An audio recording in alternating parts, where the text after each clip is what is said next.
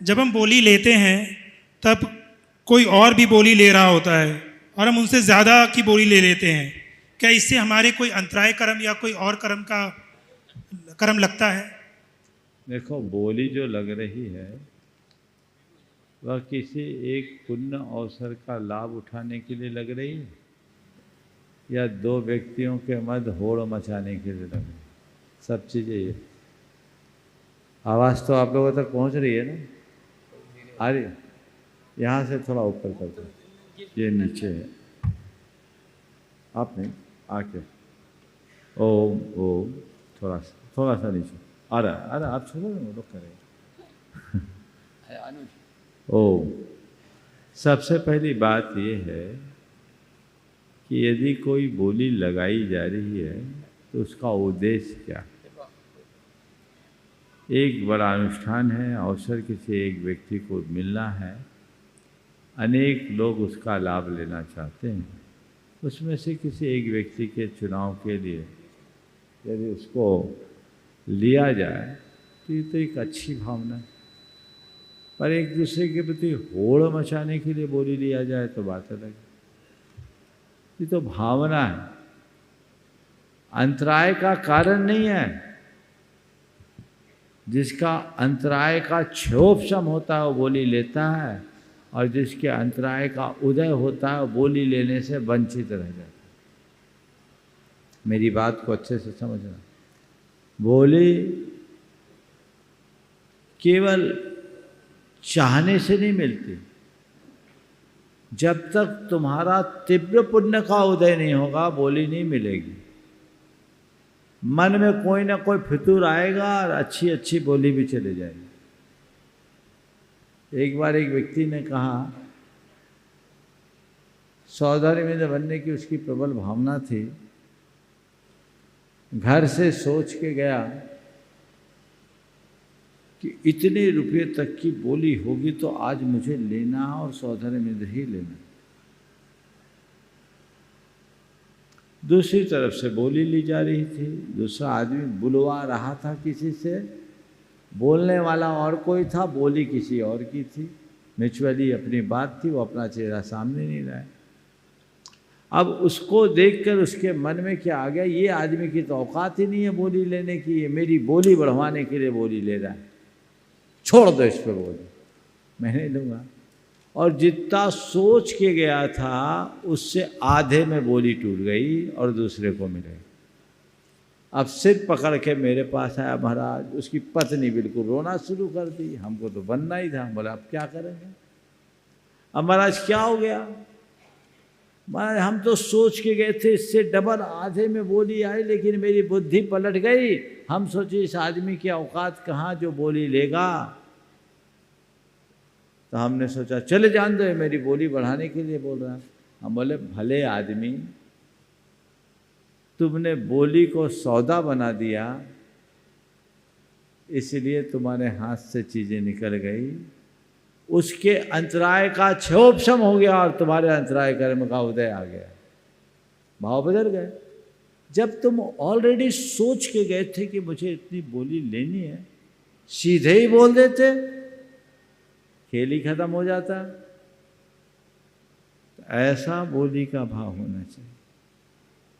सम्मेद शिखर जी में शांति धारा हो रही थी। दूसरा उदाहरण देता हूँ, पॉजिटिव। बोली लगी और शांति धारा में ज़्यादा लोग नहीं थे, 20-25 लोग थे, और 2.5 लाख रुपए में बोली एक आदमी के नाम पे टूटी। और जिस आदमी के नाम पर 2.5 लाख रुपए में टूटी, तो जैसे उसकी 2.5 लाख की बोली टूटी, उसने कहा भैया मैं घर से आज 11 लाख देने की सोच के आया था, मेरी ये बोली 11 लाख की कर दी। उसे 11 लाख अपने से कर दिया। तो ध्यान रखना, बनिया बोली नहीं ले सकता। उदार दिल दानी को ये सौभाग्य मिलता है। कभी कोई अच्छा कार्य हो, परंपरा है बोली की, और बोली के बिना निर्विवाद कोई व्यवस्था अगर बनती नहीं है, तो आप अपनी हैसियत के अनुसार जो सोच के जाओ वो कर ही दो। देखो एक तीसरा उदाहरण और दे देता हूँ। उत्तर थोड़ा बड़ा होगा, बहुत लोग तुम्हें कोसेंगे कि बहुत सारा समय तुम्हारे ही सवाल के उत्तर में चला गया, हम लोग वंचित रह गए, लेकिन ये संदेश लोगों तक जाना आवश्यक है, इसलिए मैं बोल रहा हूँ। श्री सम्मेद शिखर जी में 13 पंथी कोठी में जो नंदीश्वर जिनालय है, उसके कलशारोहण का कार्यक्रम था 1965-66 के आसपास की बात। उसके कलशारोहण की बोली शुरू हुई, साहू शांति प्रसाद जी की तरफ से बोली की शुरुआत हुई और दूसरी ओर से कोलकाता के एक साधारण किंतु समर्थ श्रावक थे सुगम चंद जी पांड्या, उनकी ओर से बोली बढ़ी। फिर क्या होड़ लग गई। अंततः 1,11,000 रुपये में वह बोली उस जमाने में साहू शांति प्रसाद जी के नाम से टूटी। जैसे ही साहू शांति सागर जी के नाम से वो बोली खुली, सुगम चंद जी ने 1,01,000 रुपये का चेक आयोजकों को सौंप दिया।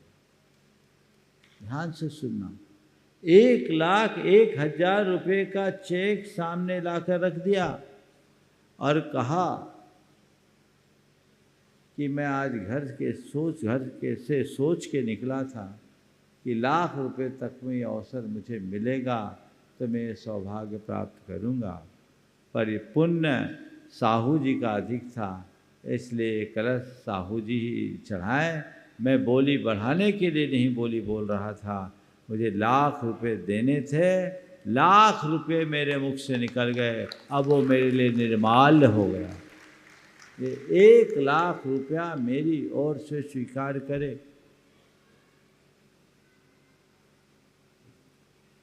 अब जब साहू जी आए तो साहू जी ने कहा